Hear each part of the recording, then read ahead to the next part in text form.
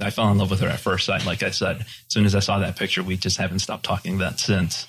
But yeah, just she had this energy about her that just kept drawing me in, and she would feed. I guess that's like a missing thing that I just needed. And she would just kind of reinforce it all the time. And I was hooked. Before even meeting. And yeah, I remember Grandma telling me, rest in peace, telling me that when she saw me come out of the room, that she knew that I was going to be Gabe's wife. Take a girl and a guy, and they fall madly in love and form a family. Sprinkle in some counseling degrees and a doctorate, a dream of transforming relationships as we know it. And 20 years later, we give you power couple Dr. Ray and Jean Ketkodian. And this is their podcast, Couples Synergy. Welcome back to another episode of Couples Synergy with Dr. Ray and Jean. I'm Dr. Ray. And I'm Jean, and this is our podcast about love, marriage, and relationships. Be sure to check us out online on our Facebook page and Instagram at Couples Synergy, or our website, couplesynergy.com. And be sure to subscribe to our podcast or send us any suggestions on topics you'd like to hear more about. And now on to Couples Synergy, an in-depth look at love, marriage, and relationships, where we bring you our experience helping thousands of couples transform their relationships for nearly 20 years. You know, every day we get to hear intimate details about a couple's celebrations, disappointments, and everyday challenges.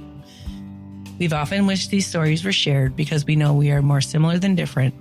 And so we've created not only an avenue where you can hear about people's intimate lives, but an atmosphere where people come over to our home pub, pour a drink, and share their stories. People like today's guests, Gabe and Myra, thank you so much for joining us today and on Couples Synergy and here in our home pub. Thank you for having us. We're so excited to be here. Great to be here. Yes. Thank you. I've always wanted to be here. So let's start by introducing you guys. How old are you? What do you do for a living? And how long have you been together? Guess I'll start. I am 42 years old, and we've been married for 13 years, together for 18. I've always been a career creative director, designer, and just as of late 2019, 2020, I've decided to change my career path. And I'm still in the creative space, but I am now a director/producer of my own startup and Mindflix Films, little plug there. And I am finding the freedom to express other creative energy that I've had. That's what I'm doing now. Great. Yeah. And I like having my husband around. It's awesome. My name is Myra. I'll be 40 this year in December. So I'm planning a big 40th getaway. And I'm a photographer and a mother and a wife. And can you guys tell us the story of how you met? Yeah. Yeah, you want to go for that one? Yeah. I was working in Oak Brook, an insurance company, and that's where I met Gabe's aunt. She saw me and she's like, "Oh my God, you're perfect for my nephew. You got to meet him." And at the time I had just gotten over a breakup and I'm like, no. But I'm like, let me see the photo. So I saw the photo. I'm like, oh my God, he's cute. And she planned everything to meet.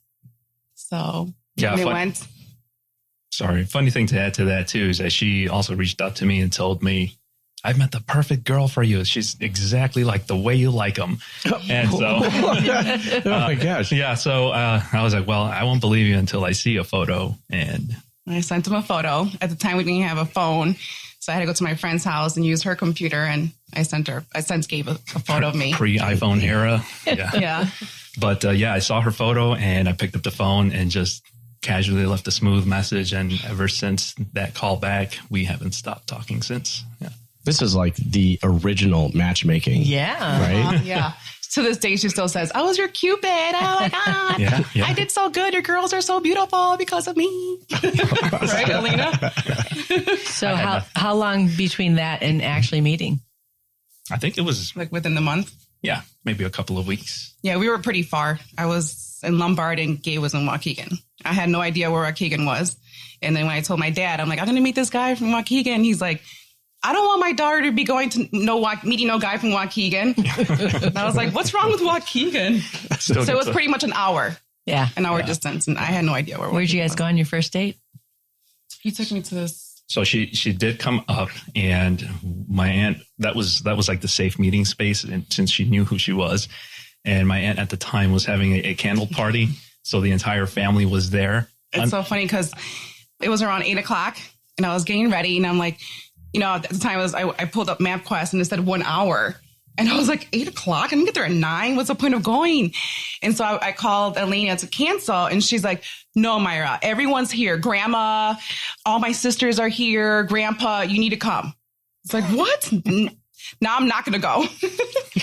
Oh my gosh. Your first meeting was with the entire family? Everyone, yeah. The plan was just we're going to meet at her parking lot and go from there. But as soon as she got there, Elena came out and she said, you have to come in. And it kind of became like, a meet around everyone. But the funny thing behind that story is my grandparents, they were very spiritual people. Oh, that's right. And they would go and pray, to families who would request, let's come have, just a small little prayer group. And unknowingly to us. Yeah, we were having some problems with the house. Mm-hmm. So my dad called like a church group to come to the house and pray for us. And I remember that day, my mom's like, can you not go out today? We have people coming in to pray for us. And I'm like, okay, I'll stay around. Yeah, it turned out to be his grandma and grandpa. They came out to your parents' house. Yeah, before even meeting. Yeah. Wow. Before even meeting. And yeah, I remember grandma telling me, rest in peace, telling me that when she saw me come out of the room, that she knew that I was going to be Gabe's wife. And she prayed for me. I remember she got me on my knees. And this is before the aunt set you up. Before the aunt. Mm-hmm. So it wasn't until that day that we were first meeting that she did walk in to meet this group of everyone who was there, when Myra realized, oh my God, you were at my house. Yeah, when I saw them. You came to pray for us. How are your families connected? Was it through a church or something, or? No, not at all. I guess it was just like she had mentioned earlier, that her family was going through. My dad. I don't know. So they just wanted someone to come and pray, and it just happened to be your grandparents? Mm-hmm. Wow. I know. It's crazy. I know. I love it, though. And I remember there was a point when we were dating, and grandma, and they're very spiritual, like his side of the family. And they invited us over to this new church in St. Mary's, and we went with them.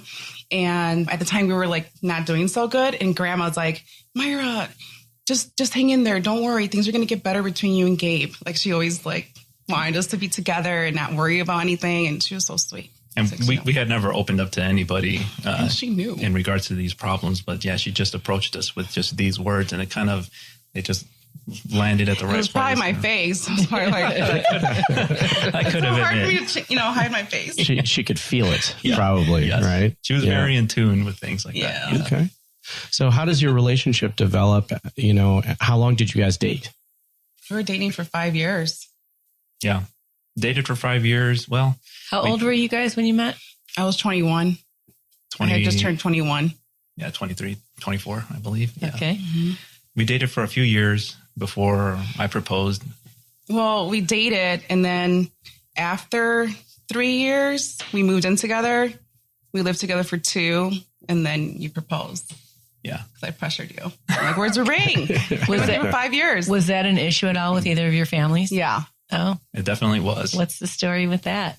Well, with my parents, for example, my dad especially, he was always like... Can you guys let them know what your guys' background is? Your ethnicity? Oh, yeah. Oh, we're Mexican. Yeah. So we come from very traditional Hispanic families where there's still a lot of male dominated culture and the machismo. Machismo, exactly. Mm-hmm. So for me, it's kind of like you need to have all of your ducks in a row. You need to have a home, and you need to be prepared before you even think about asking a girl to marry you or anything like that. So that's where my dad was kind of coming from. I mean, he was also, giving me some sound advice, of course. I didn't want to listen. I just wanted to go out and do my own thing. And that's kind of where it was coming from with me. But my parents were also supportive of me. They didn't really give me a hard time. Not like on the flip side with women, for example. They're very tough on my sisters. And, Myra can attest to the same thing happening with her family. My parents didn't want to know anything. Like I just left, and they're like, okay, fend for yourself. You're going to do what you want to do. So you're out of our house. So She was literally just cut off completely. Wow. Cold turkey, just cut off. Yeah. For how long?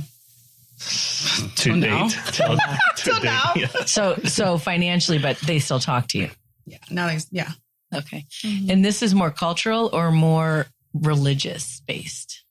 I think it sounds cultural to me. Yeah. Mm-hmm.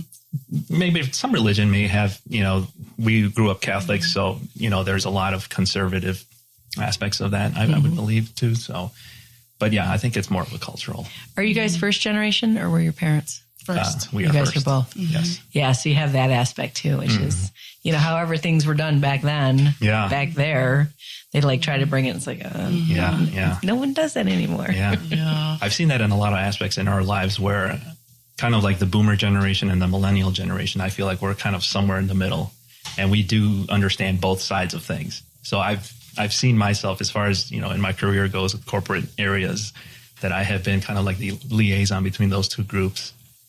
And yeah, right. Kind of to this day. Yeah. So how does the proposal happen? Did you do the traditional thing and ask for her hand in marriage?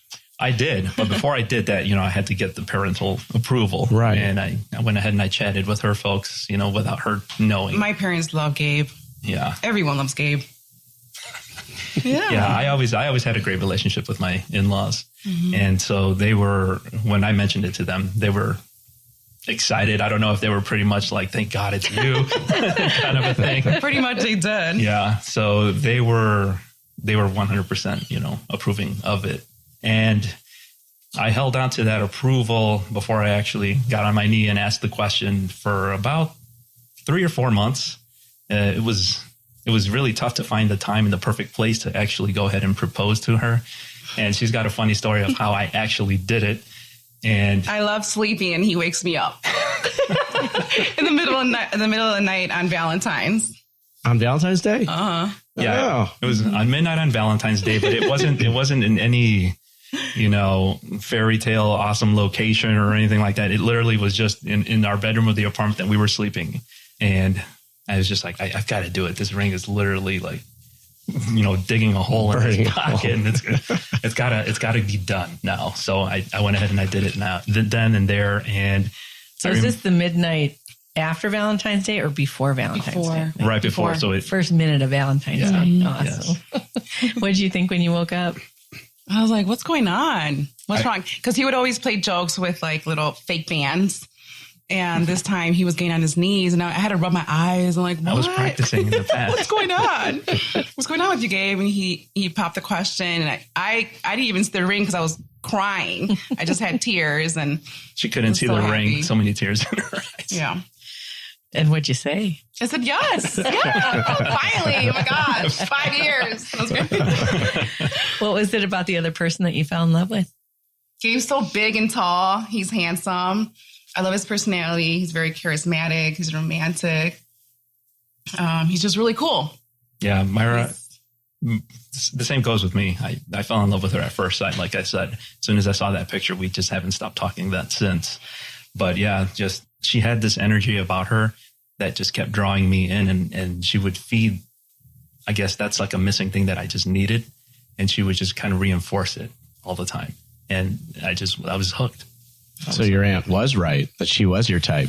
Yes, she knew. She knew who I. Tell him what your mom said. What was that? That she's like, Myra's just like us, like the family. Yes, she did. She did say that, but I believe that she meant it in like, how when you meet someone and it just feels like you automatically know them or like you've known them for so long and it's just like the chemistry is just there. My mom felt that right away. So she did say that like she's just like us, like as if it were another family member. And yeah, it has felt that way. So grandma knew, I know. your aunt knew, your mom knew. Yeah. How soon did you guys know? I felt Gabe was the first one to say, I love you. I was more like reserved because of my past. I guess I knew that I loved him too, but it just took me a while to express that. So to me, it felt I had an instant connection right away. I didn't kind of go down that path initially in my mind, like this is the girl that's my forever girl. But it was just like a feeling that I did have that it was a sure bet for me. So Did you guys ever break up? Yeah. So I was in flight attendant school, and I was in Dallas. That's where we were stationed. And before I left, I got together with Gabe and pretty much broke up with him. Well, he broke up with me. I think it was like a mutual thing because I was leaving. He's like, if you leave, then I'm done, and I was like, okay. It wasn't so cut and dry how she's saying yeah, I'm just making it quick. And I said, okay, yeah, fine. And I just did my thing. And that's when September 11th happened. So pretty much September 11th happened when we were going to take our last exam. I remember I was in the cafeteria studying for my last exam. And my roommate comes in. She's like, Myra, oh my gosh, a plane hit one of the towers in New York. And I thought it was a joke. Okay. Because this is our last exam. Right. And it wasn't until the second one hit. And I was like, oh my God, I better stop what I'm doing. And we watched pretty much everything in the small little TV. And then came back. I got into, I don't know how we reconnected, but I don't know. Then we just Did started that make talking you again. not become a flight attendant? Yeah. I was so scared. Got it. I was really scared. Yeah. My roommate went back, but I didn't. And she ended up marrying a pilot. And she has 2 girls. They're super cute. But yeah, I stuck around. Yeah, I don't think it was like a breakup, like, I hate you, I never want to see you again kind of a thing. It was more like a mutual agreement. Like, she wanted to do what she wanted to do. And, it was just kind of like, okay, let's go our separate ways. So it was never anything like. What was the length of time? I was out there for like 3 months. Yeah. So then you come back. Yeah, I come back and I don't know I can't remember how we reconnected, Gabe. I think, we just called one another and we were talking about what had happened. Mm-hmm. And so this happened before your engagement though, yes, right? Yeah. Okay. Yes. How soon after meeting did this happen? The breakup? Yep. Oh. It must have been like within a couple of months. Okay. Yeah. So it was really we were still early. pretty fresh. And I think that's why it wasn't so difficult to go ahead and part ways as well. Yeah. It was still almost just felt like we were just, like a budding friendship, kind of very casual. I remember being on dates with other guys and texting Gabe in the bathroom, like, oh my God, this date's so boring. I'd rather be with you. And he's like, why are you like calling me when you're on a date? Right. But then I, at that point, it was kind of more of a friendship kind of thing. Yeah, we were just friends. And I would tell her, well, why don't you go out with your girls and go to this bar or go do this? And yeah. So we just kind of had that open communication from the get-go. Yeah. So you guys were only separated for 3 months, meaning that you were down in Dallas and you were up here, Gabe? Mm-hmm. Okay. Mm-hmm. Okay. Yeah. In Waukegan. Okay. Yeah. I love Waukegan.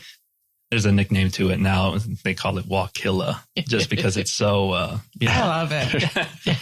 I love it. It's got a name for itself. That's for sure. Yeah. So how long was your engagement?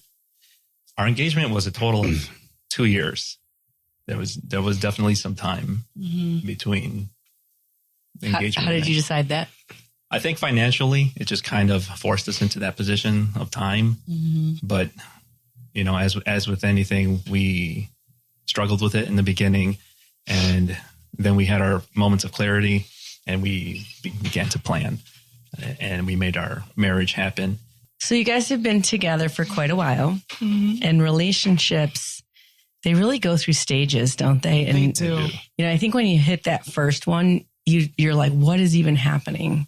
And until you really roll through a few of those huge bumps, like adjusting to having children and financial stuff, I think you think, is this it? Right. So what were some of those things for you guys? Some of the challenges? The challenges was like living on our own, trying to look for jobs. I remember at one point, I was going to work third shift at a restaurant. And that was like my last straw because I was applying and nothing. And I remember I took the job for third shift and I was going to start like a week later. And then I got a call from Walgreens, the corporate, and they were paying good. And I was like, oh my God, thank God. And then comes the children. So that's a different season.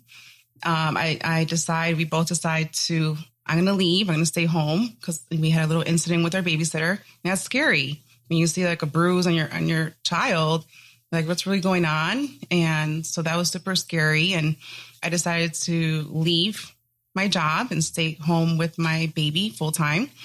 And that was a totally different, I've always been the one that I'm going to be the independent. I'm going to go out there and make my own money. So that was just very like, hard for me. Because you had to be dependent on Gabe. On Gabe. Yeah. We were both at the time making good money. I was working for Walgreens. He was working for the company that you were at left recently. And I felt like it was a good point. And we were both working. Then we have, the baby. And they're like, okay, now we got to stop all this. And it did shift things around. So I had to get adjusted to, to what this next part of our life was. Life at home. Yeah. And then with my parents not being around and my family, it was super hard. I felt like alone. Gabe was always working. And at the time I was very reserved. I didn't talk to other moms. It's so different with my second child. I joined like a mom's group in church, and I was more open, and I noticed a difference. So from my Elise and from Alina, I've grown, and I allow people to come into my life and to talk, and yeah. So how long were you guys? Seasons. Sure. Yeah. And how long were you guys married before you had kids? 2 years. Yeah, about 2 years. Yes. Yeah, 2 years. 2 years. So, that was quite a shift then, right? Mm-hmm. Yes. Because 2 years, you guys were both working. You're both kind of independent and growing together. And then this huge shift, right? Upside down. And I felt like we were always just like in our world, like we were always just working and paying bills, like trying to get ahead. But we just never felt like we ever got ahead, right? Mm-hmm. Mm-hmm. I think it was just a lot of habits, old habits in the past that wouldn't allow us to see just past that we were just, all we had to do was work and pay bills and work and pay bills. Was this like spending habits or saving habits? I think yes. This guy had a lot of debt. I was my mom and daddy. Yes. My mom and dad said, "Oh my gosh, he has so much debt." I would talk to my parents a lot. I was really open with them, and they're like, "Oh my God, this guy has so much debt." And I never had a credit card. My first credit card was in college. Yeah. So it was those bad habits that kind of just followed me through it. And we definitely, outgrew all of that and were able to surpass it. And then children came around, and those habits kind of followed us. It wasn't so much the spending anymore, but it was just that mentality of never having enough. Mm-hmm. And when we actually did have enough, we just didn't see it. So you had the feeling of never enough. Yes. Right. Yeah. Yes. That's really common. How did you shift that? Coming to see you guys. We met you guys. Coming to see you guys. It literally was right after the birth of Alina that we were getting into a really bad situation between the two of us. And that was kind of like real breakup number one. But in reality, it was kind of like the second time that we hit this point in our lives where we were done. We were done with one another. I did mention to Myra that I wanted to go ahead and at least seek some counseling and see what we could do if we could salvage this situation. At first, she I wasn't really happy with the idea. Yeah, she was reluctant with the idea, but thankfully she decided to join me with you guys, and you guys really did help us. What was going on that you were like, this has to happen? We're in bad shape. I think it's a lot of this cultural male-female roles, in whereas the male has to provide everything, and me as the female, all I do is I am the caretaker. But I wasn't raised with that type of mentality so much. It was more of like, we have to share things. And so that was a clash between the two of us. And again, that was, later we learned that that's like a cultural issue as well, but it's just getting rid of that old way of thinking. And that's really where the majority of the issues stem from. What's your side of that? The mother side. Like you're juggling everything and on your own. And how do I contribute to get ahead and just trying to raise a family? Would you say that when you get under pressure, you kind of fall back on your domestication? Mm-hmm. And that's where the frustration would come in. Like there's this pressure, financial pressure, whatever. And And then the words that come out of your mouth are what you've heard your whole life. You know, like he's supposed to be doing this. So this is yours. The default is what you were taught. Right. Why it doesn't sound like he's doing enough. And what is he doing? Like, is he spending all his money? Who's asking you these questions? My parents. Is he spending all the money? Do you know he's probably keeping something like from you? You should check the bank account. And yeah, and we were going through that back and forth struggle. And, you know, I was always trying to be transparent as possible. And she would have access to everything, you know, but it didn't matter what I did, but there was always that like doubt. And fear. And fear, yes. Yeah. You know, that idea of dealing with people external to your relationship, people have asked us, you know, what's appropriate to share outside of the relationship or inside, whether it's your parents or your in-laws or your friends. And it sounds like you guys had a lot of people that had a lot of information about what was happening for you guys more intimately. What was the burden of that, and what was the blessings of that? Awareness. Like, I don't share too much anymore, and it's okay. You know, I felt like I had to share everything with my parents, but that's not true. It's okay to keep things, you know, from them as long as I have my partner with me. And like finances, they don't need to know. My parents just said, "Did you win the lottery or something? Gabe's not working." And I just blow them off. I don't say anything. I don't even respond. So why did you think you had to share so much with your family, and how did you break that cycle? I think it was just a natural thing to do, right? They're my parents. And you grew up telling them. And I grew up telling them lots of things. I was just used to it. But then you grow up, you mature, and you're like, okay, I'm not going to tell them this because you know how they react. So it was just a habit. It wasn't helpful. It wasn't helpful, no. Yeah. You know, because you guys have worked with us, you know, that's one of our rules, right? That no talking about anything in the relationship while we're doing this work. And for the reason of to feel your own feelings and turn towards each other. And obviously you guys grew up in different homes with different styles and different ways of doing things. And when a couple comes together, they have to create something else. Right. That's what synergy is, right? But if you have families pulling you back into that style, it's really easy to turn your partner into a monster. Right. Yes. Instead of merging with them, which is not painless to, you know, get those rough edges off so you guys fit together better. And I think it's a really common thing people go through. Yeah, I know we've talked about this before, about that concept of a system, right? And a family is a complete system. Each member of the family occupies a role in that system. When one person tries to break out of that system, the system tries to bring them back in, right? And so families naturally don't like it when one member of the system tries to change, or, you know, now it gets married to someone and now they're creating their own system. It kind of threatens the, you know, the sanctity of that system itself. You know, that's the point, right? To feel your own feelings. And when you are two people that have a difference of feelings, you want to rally your troops, whether it's your buddies, or whether it's your family, whoever it is, and be like, see, I'm right.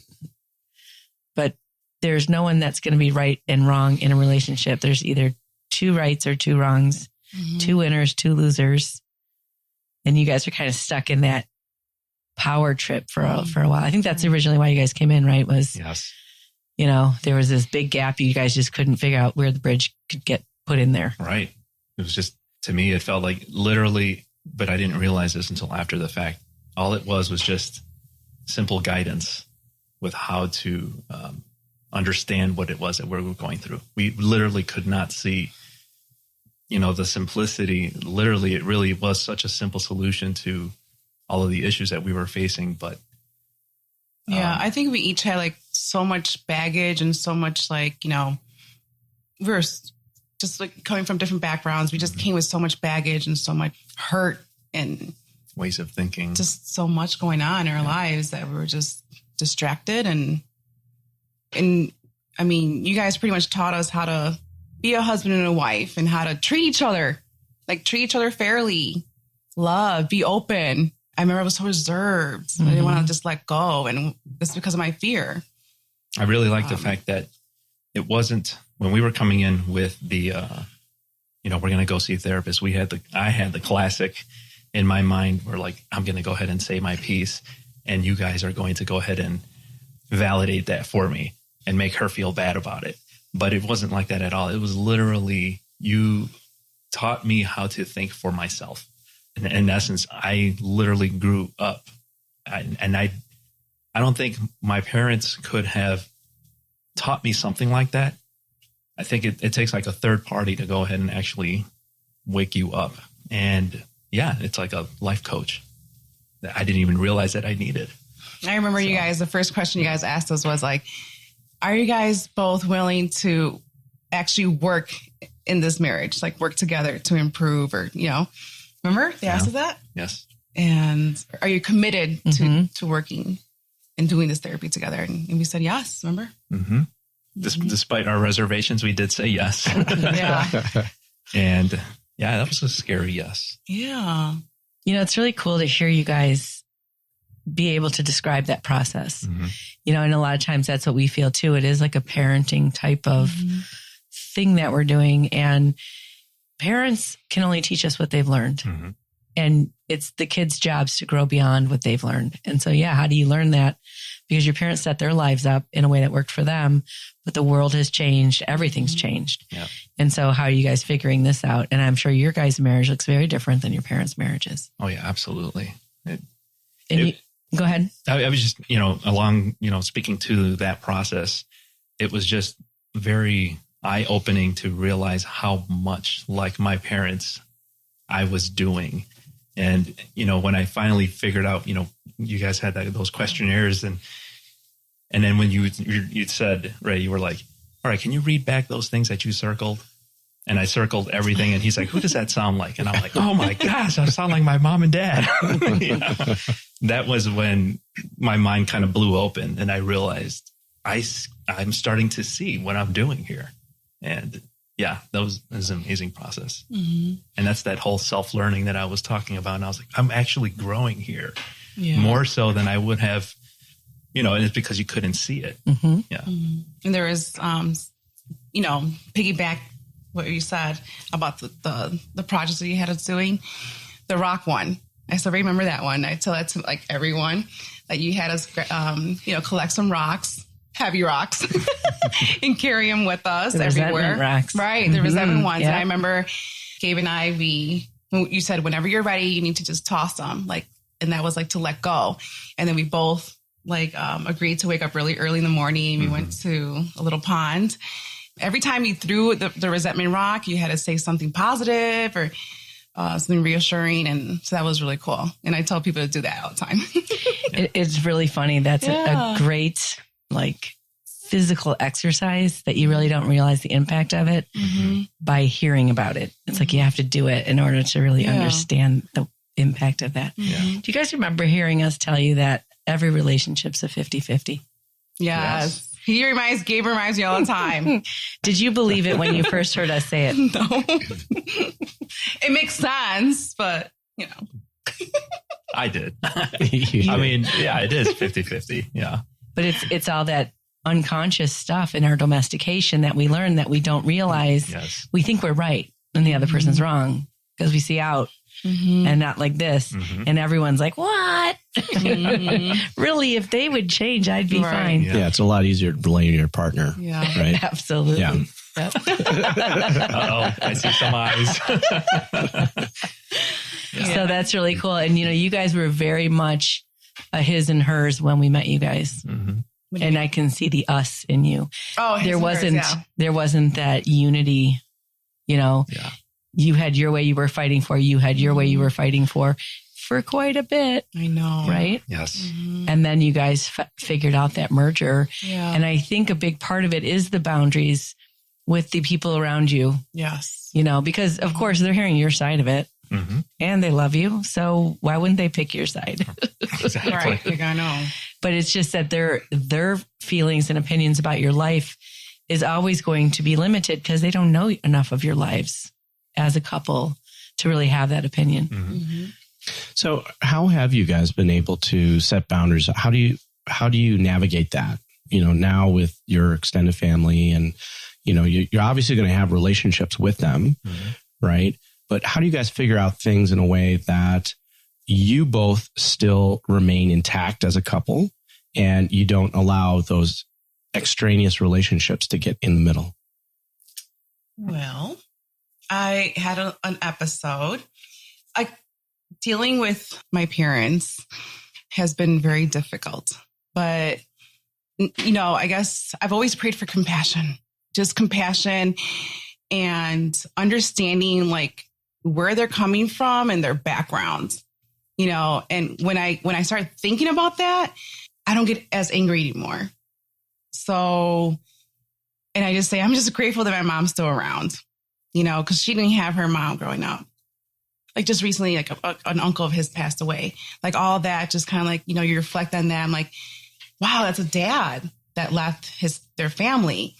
So I'm just grateful. I'm grateful that my parents are still around. And yeah, my mom has issues. Everyone has issues. But I guess like me learning how to deal with it and not letting it affect me, like bother me so much, then I'll be okay. I mean, I admit I had a little breakdown with something that my mom did. And thank God Gabe was there. He got a little upset with me, but we're fine. We're good. As long as we're good.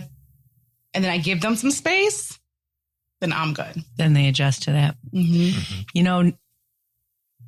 For the most part, all parents wake up trying their best, right? With what they have and what they know. Yeah. Including their own pain and their own experiences. Mm-hmm. And, to your parents, I'm glad you guys are talking about this because this is just really normal stuff. Okay. This isn't about anything that's super horrible. Right. We have a podcast. You guys are on it. My mom listens to this podcast. Oh, hi, Mom. And sometimes she feels bad, and that's what we know is that everyone's trying their best to do the best that they can. Yeah. And it is our jobs to grow beyond that, which is painful for them. And it's part of the life process. And so if there are other people out there that are dealing with parents and they're trying to figure out those boundaries, do you guys have any advice for them?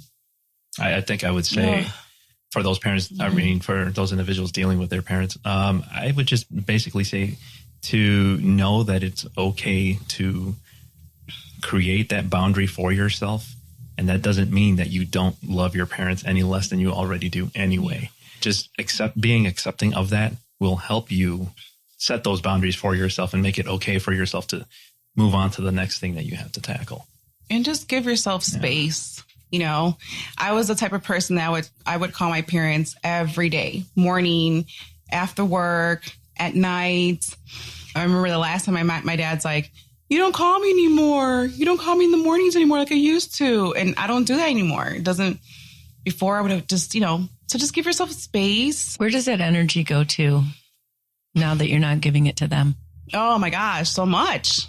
Work, my business. When I would drive, because I shoot babies, I photograph babies. And so I would use my time to listen to the radio, Moody radio, listen to the word on my way to work. And it's okay. I mean, God first.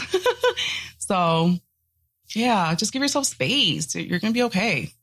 I think in all fairness too, as a parent that has adult children, one that's married, I think it's something we have to figure out too. You know, what is the right cadence? Maybe we don't talk to our kids enough. I don't know. Aw, you better call them. Certainly if they want to talk, they call us or we call them, and we probably talk like once a week, but we'd never had that expectation, and none of our family are phone people. So like that you have to call me every day or you have to do that. But I've seen lots of parents do that to their adult children. That's what happened to Gabe. When we were recently married, your mom, she was like, yeah, she did have the issue of, how come you don't call me anymore? And I basically told her, you know what, Mom, just because I don't call you doesn't mean that I'm not thinking about you or I don't love you any less. And this was my first instance of actually setting that boundary between my mom. And, the difference between our parents is that she was accepting of it.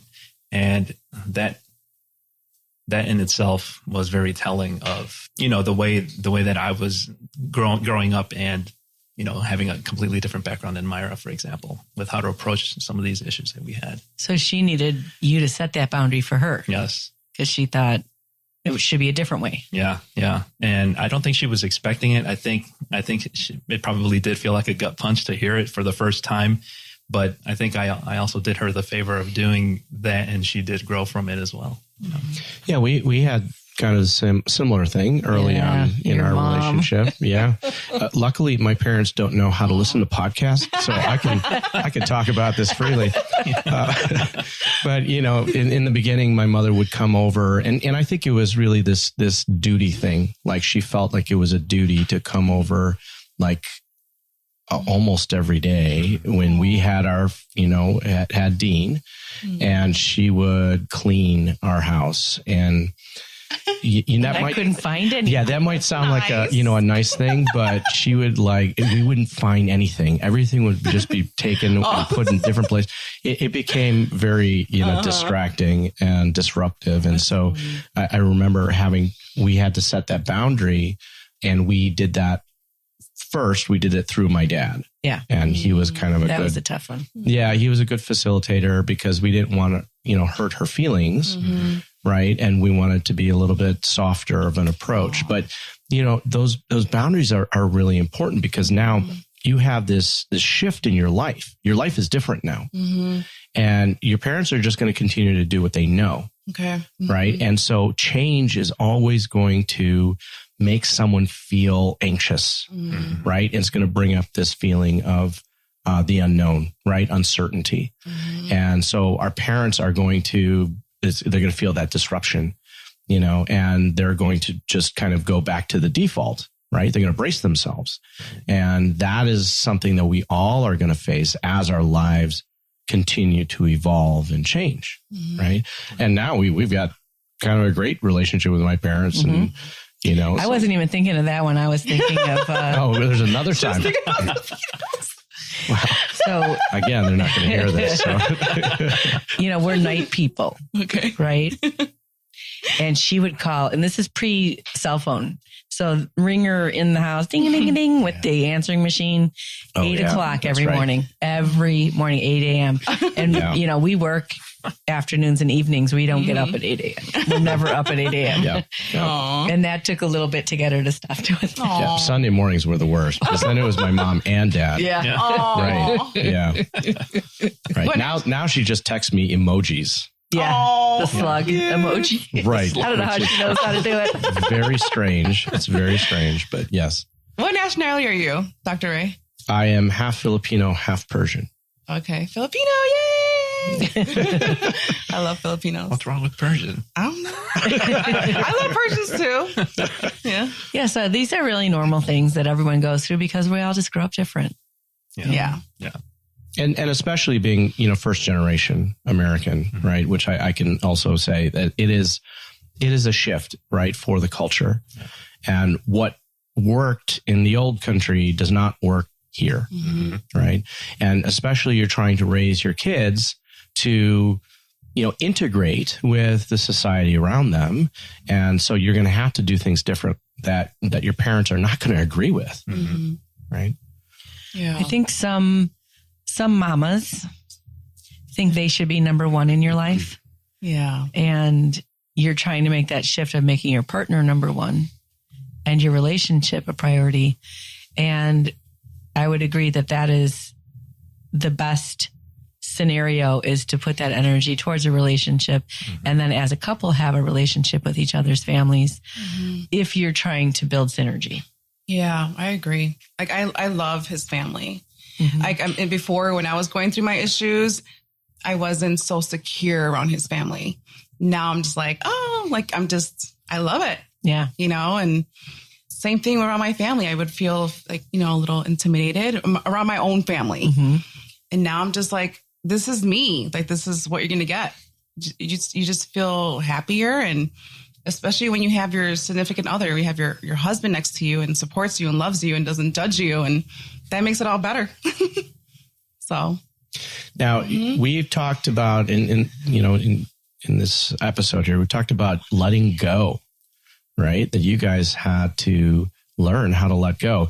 And just recently, you guys have had a huge shift in your life. Yeah. You guys want to talk about that? And It was scary. When Gabriel, okay, so this is the thing. Gabriel was working downtown Chicago. We recently bought a house 4 years ago. He was commuting. Like, he would get up in the morning, 6:30 in the morning, and he wouldn't get home until 7 p.m. So I felt like a pretty much a single mom. I know you don't like hearing that, but I just felt alone, and I had to, juggle everything while I'm trying to pursue my career, And then we had some scares where Gabe was admitted into the hospital. We thought he had a heart attack. Thank God it was not a heart attack. It was his thyroid. / panic attack. / panic attack. So that kind of just, pretty much just like, oh my God, what's going on? Like, his health is not doing so good. Like, literally, he didn't have time to work out. Like, we knew that he had his health had to change. Like, his lifestyle had to change. Like, he was literally sitting down on the train for like an hour to get to downtown, and then the train ride. And then he's sitting down again in the office. So it's like the train ride was literally a part-time job in itself. It was like a 5.5 hour commute daily. And when we moved up north, the whole health issues started to arise, and also, having to hear Myra with the challenges that she was facing at home. I started to build a lot of resentment at home and at work. And the huge shift, within me was finally, building that courage to go ahead and let go of a lot of the fears that kept me stuck in that job, which was like the financial fears. What am I going to do next? And the more and more that I really thought, instead of living in the present, I continually, constantly lived in that future that never realized itself. And I thought to myself, I'm just going to live in the present. I'm going to focus on my family, give them the time that they need, give myself the time that they need. And I left. I decided to leave that job after 13 years. And I mean, there was a lot of scariness in doing that. But in doing so, it allowed me to finally focus all of this free time and energy that I had into something else that I've always wanted to do. I've always wanted to go ahead and just pursue what I did in the creative space and help others. And like I had mentioned earlier, it seems to be looking for me now, and I'm just responding to it. Other businesses reaching out to me, asking me, how can I help them? So you're using a video format to help companies brand themselves. Yes. So a lot of, nowadays, social media is so prevalent, and businesses are just looking for ways to how to reach out and, here's my piece, 30 seconds. That's all I've got. Our attention spans are, we're so bombarded every day with so much. You really only have 5-10 seconds of impact time. After that, if you didn't catch someone's attention, you're done and you're toast. And you really can't really say what you want within those 10 seconds. And so what I do is essentially, I am trying to bring someone's personality front and center as the first thing that somebody sees. And, that's like you're meeting someone for the first time. You are going to give them a bit more than 10 seconds because you want to hear what they say. So I'm almost approaching marketing from that perspective now. Not so much you have to be profitable. It's more relationship building. So. Well, we kind of can relate with that, right? It's all about relationships. Yeah. And if somebody wanted to get a hold of you, how would they find you? I'm on various social medias by the handle at Mindflix Films. I think Facebook at Mindflix Films, and also on Instagram. MIND FLIX Films. No space in between, just all together.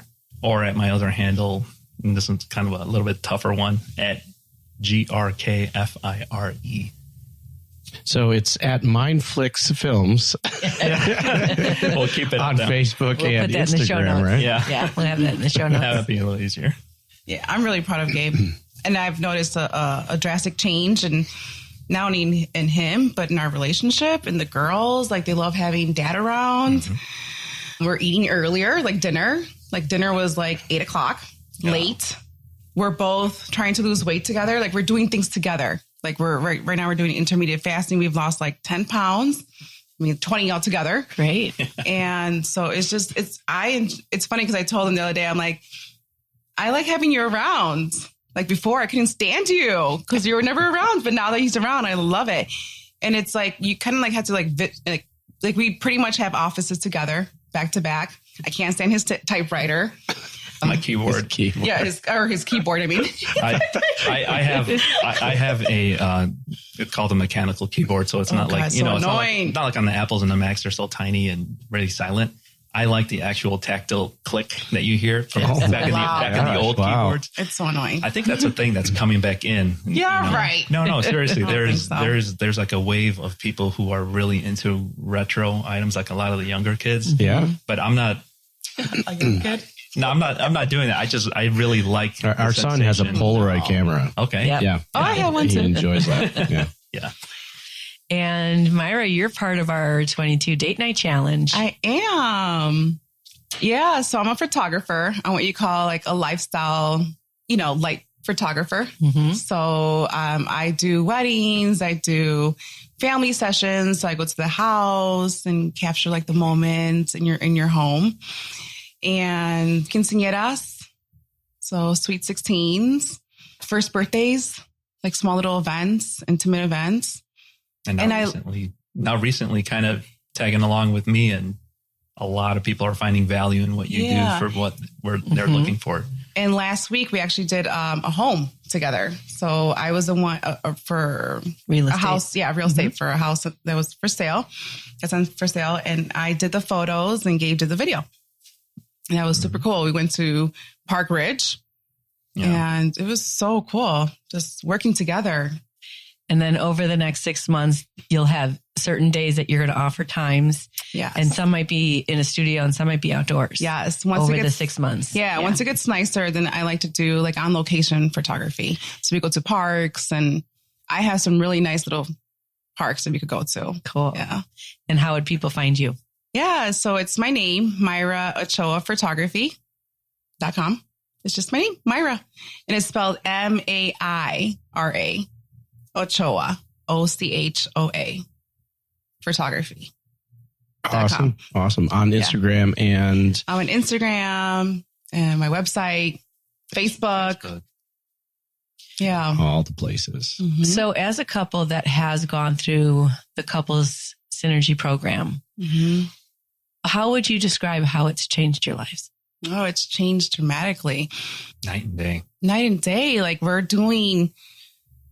getting out of our comfort zone, like the Grand Canyon thing that we did together. Mm-hmm. Like, we just got our tickets for that. Oh, you did? Havasu Pie? Nice. Oh my God. That You're is super go. awesome. So that was Gabe's 40th idea.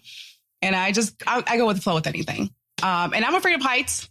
Are you guys afraid of heights? No. Okay, I am. You'll love it then. Okay. So that was, you guys like literally like told us to get out of our comfort zone, to do things together and explore and create. Yeah. As a couple, I feel like there's some people out there that feel a little jealous because I'm hanging out with my BFF right here, Gabe. But it's okay. I don't care. This is my friend and I want to hang out with them. So we've used those principles that we learned, like constantly always try to create. And that's kind of like a guiding light almost. And we are okay with ourselves to step out of our comfort zones now and continue to do so. And I know that every time, when we stray from that and, we find ourselves, let's focus back on doing this. Every time that we do that, so many doors begin to open. And then we have we just go with the flow and the life completely changes all over again. It's so funny because so every morning, it's like, when you go to work, right? You get up, you have to get ready. Just because we're working from home doesn't mean that we don't have like a routine. So we get up in the morning, I shower, get ready. I like to feel good about myself. And so I put on my makeup, my hair, and then we go downstairs, we drink our cup of coffee, and we bought our whiteboard. Mm-hmm. And so we're writing down all of our ideas now. And that's from you guys. You guys said to create, to the vision board. The vision board. Yes. So we bought a little whiteboard and we're writing down all of our ideas. So it's like a little company, it's for real. It's for real. And then we're just, bouncing off ideas. And then comes 9:00. All right, because the girls leave at 8. So we have an hour to talk. And then, okay, we get on our computers and we're working. We're doing something. We're That's awesome. Yeah. We do literally, I remember in the beginning of, when we went to chat with you guys asked, how much quality time have you guys actually, talked to one another? 15 minutes or a half hour. And it was literally like, wow, we probably a half hour a week total. And we didn't even realize that until we actually said that. So we do get our hour in always in the beginning, in the mornings now. That's awesome. And then the 4-minute hug. Remember how you guys taught us the 4 minute? So I do that to my girls. Yeah. And my oldest, she's like, we got to hug Mom for like 4 minutes. They don't know what 4 minutes is, but I'm just like hugging them. And so the girls are doing that now. That's great. Wow. Yeah. You guys are teaching them some great things too, right? That's awesome. That's awesome. It's really good to see you guys. You guys look great. Thank you. Last question. Yep. What is it that your partner does that they love you? Oh, Gabe's always encouraging me. Like he's always saying, Myra, don't worry about anything. Because we did a video together and it's like, I don't know what to say. And I feel stupid. And he's always just like my number one fan. He's always like, you're awesome. You're doing great. Don't worry about it. And so he's always very encouraging and by my side. I think I'm going to say the same thing too. No matter, in the past, I remember whenever I would want to attempt something to do, there was always kind of like that cautious approach that Myra would always give me. It would sway me away from doing so. That's not so much anymore. Now I do have that reinforcement from her. And she's like, go for it. Try it. We'll see. We kind of threw that fear out the window now. So that's how I know from comparing it from previous, attempts that I know that she loves me and she has changed. That is so awesome to hear, guys. This is really awesome to see you guys again and to hear how awesome you guys are doing. Thank you so much for being on the podcast today. Thank you for having us. It's a pleasure. Oh my God, I'm here. It's so much fun, isn't it? Yes. It's so cool for us to watch a relationship grow and, to feel like you have to apologize that your husband becomes your best friend and that you are an intact family that has a healthy life together. It's beautiful to see. It really is. And we know where you guys were at. I know. You guys were very much at odds and doing all the wrong things when we met you guys.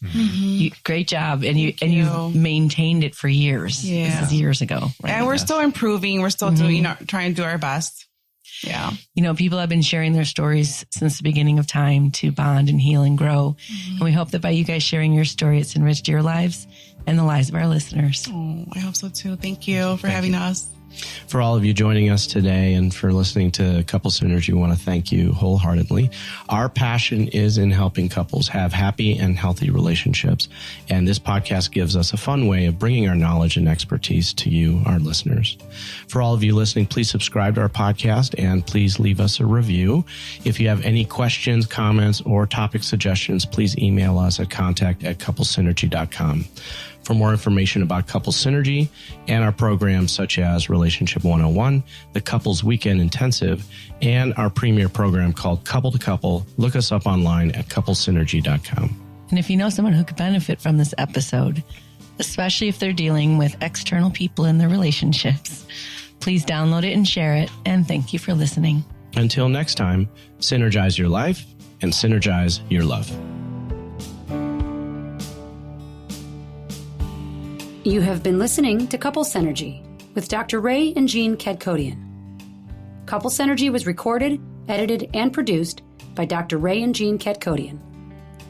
Voiceover and music entitled Breathe and Let Go was recorded and composed by Gina Gonzalez.